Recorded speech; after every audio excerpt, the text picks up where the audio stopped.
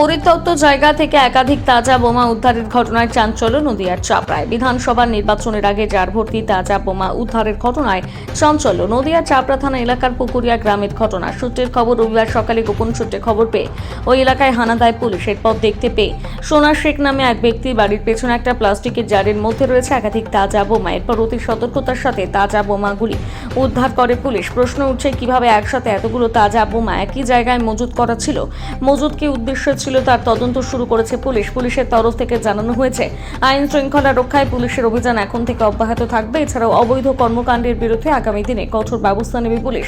অন্যদিকে বোমাগুলো উদ্ধার করার পাশাপাশি চাপড়া থানায় একটি সংশ্লিষ্ট মামলা রুজু করা হয় পুলিশের তরফ থেকে। এই ঘটনার সাথে কে বা কারা যুক্ত ইতিমধ্যে তার খোঁজ চালাচ্ছে জেলা পুলিশের উচ্চপদস্থ আধিকারিকরা।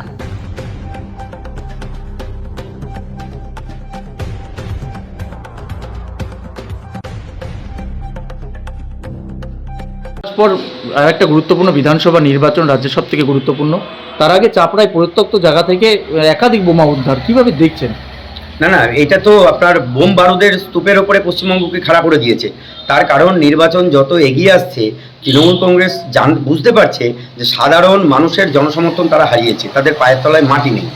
এই মুহূর্তে বিভিন্ন রকমের ইস্যুকে খাড়া করে তারা আজকে একটা গণ্ডগোল বাঁধাতে চাইছে এবং বিভিন্ন দিকে যারা তোলাবাজি, কাটমানি, বিভিন্ন রকমের দৌরাত্ম্য করে, বাগান মাফিয়া, তাদেরকে একত্রিত করে তাদের হাতে বোমা, বন্দুক, বারুদ তুলে দিচ্ছে আগামী দিনে বিধানসভা নির্বাচনের আগে সাধারণ মানুষকে ভয় দেখানোর একটা অবস্থা থেকে।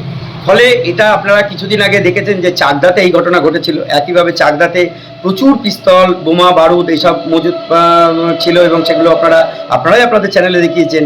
আজকে আবার চাপড়ার মতো ঘটনা। আপনারা জানেন যে চাপড়া হচ্ছে সংখ্যালঘু অধ্যুষিত এলাকা, সেখানে শিক্ষা দীক্ষার হার অনেক কম। ফলে সেইখানে মানুষজনকে ভুল বুঝিয়ে এইভাবে একটা সন্ত্রাসের রাজত্ব কায়েম করতে চাইছে তৃণমূল কংগ্রেস। সেই সন্ত্রাসের রাজত্বের একটি ইউনিট পয়েন্ট হচ্ছে চাপড়া। সেই চাপড়াকে দিয়ে গোটা নদিয়া জেলা জুড়ে এবং তেহট্টর এবং তারপরে মুর্শিদাবাদের লাগোয়া বেশ কিছু জায়গা থেকে, ওইখান থেকে বিভিন্ন রকমের এই সমস্ত আগ্নেয়াস্ত্র আসছে বলে আমরা খবর পাচ্ছি। ফলে গোটা ব্যবস্থাটাকে এই মুহূর্তে যা এসে দাঁড়িয়েছে, আগামী দিনে 26-এর নির্বাচন সুষ্ঠুভাবে হবে কিনা সেই বিষয়ে কিন্তু যথেষ্ট আমরা সংশয়ের মধ্যে আছি। এবং সবথেকে বড় কথা, এসআইআর যেটা চালু হতে দেবেন না বলেছিলেন মমতা বন্দ্যোপাধ্যায়, কিন্তু পরিশেষে তিনি দিতে বাধ্য হয়েছেন। এবং এসআইআরের মধ্যে দিয়ে আপনারা জানেন যে নিশ্চিতভাবে কত মৃত ভোটার, প্রায় আপনার সেটা 80 লক্ষের কাছাকাছি পৌঁছে যাচ্ছে টোটাল শিফটিং ভোটার এবং মৃত ভোটার মিলিয়ে।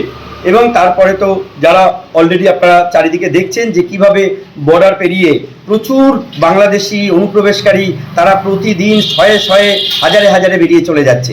ফলে এগুলো সমস্তটাই সব ছিল হচ্ছে আপনার তৃণমূল কংগ্রেসের ভোট। এই যে মৃত ভোটার, এগুলো আপনারা জানেন, শিফটিং ভোটার, এগুলো আপনারা সবাই জানেন যে ঠিক বিকেল 3টের পর থেকে 5টা পর্যন্ত লুঙ্গি পরে এসে সব ভোট দিয়ে দিত।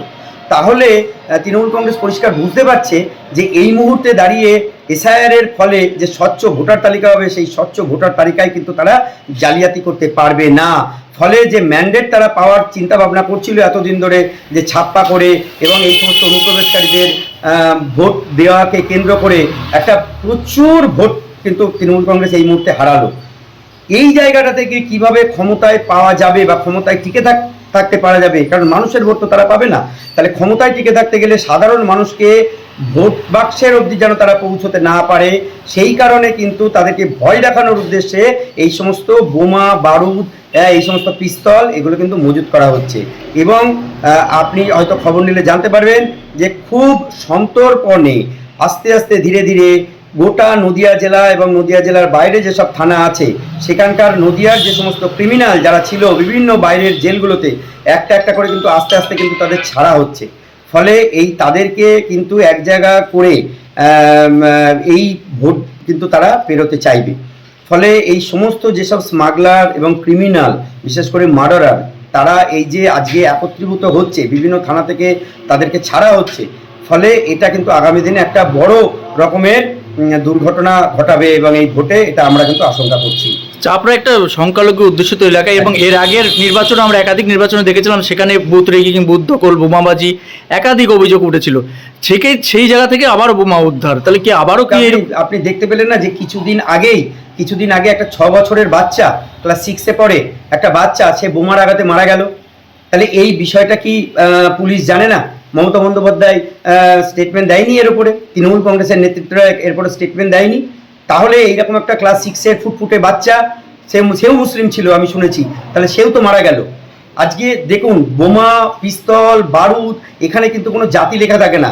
এখানে হিন্দু মরবে না মুসলমান মরবে এই বিষয়টা কিন্তু নয়।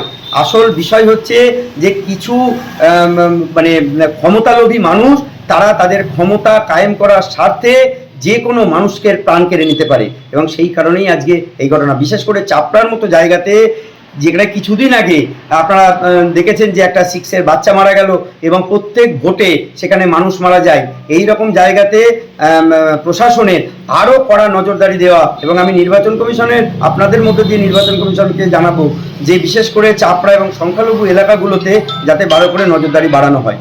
যে প্রশাসন কি করছে, যারা বোমা মজুত করছে, বেআইনি পিস্তল মজুত করছে, তাদের কেন এই ভোটের আগে থেকে ধরপাকড় চালাচ্ছে না? না, প্রশাসন তো এর সঙ্গে প্রশাসনের এক অংশ মানে জড়িত আছে, এবং সব থেকে বড় কথা হচ্ছে ওপর লেভেলে যে সমস্ত নেতা আছে, পিসি ভাইপো, তারাই তো মূলত, পুলিশ মন্ত্রী কে আপনি জানেন তো পশ্চিমবঙ্গে, তাহলে তারাই তো মূলত চালাচ্ছে পুরো ব্যাপারটা, পুরো র্যাকেটটা তো কারা চালাচ্ছে? তৃণমূলের ছোট বড় মেজর নেতারা, এবং তাদের ওপরে কালীঘাট থেকে ইনস্ট্রাকশন আসছে।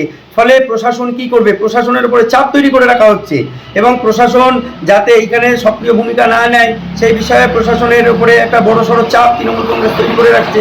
এর ফলেই প্রশাসনের যারা স্বচ্ছ কর্মঠ ব্যক্তি আছেন তারাও চুপ করে বসে থাকতে বাধ্য হচ্ছেন, এবং যারা অলরেডি তো ঘুষখোর আছেন তাদের তো কোনো বার্তাই নেই, তারা তো তাদের সব মানে মেওয়া ফলেছে তাদের।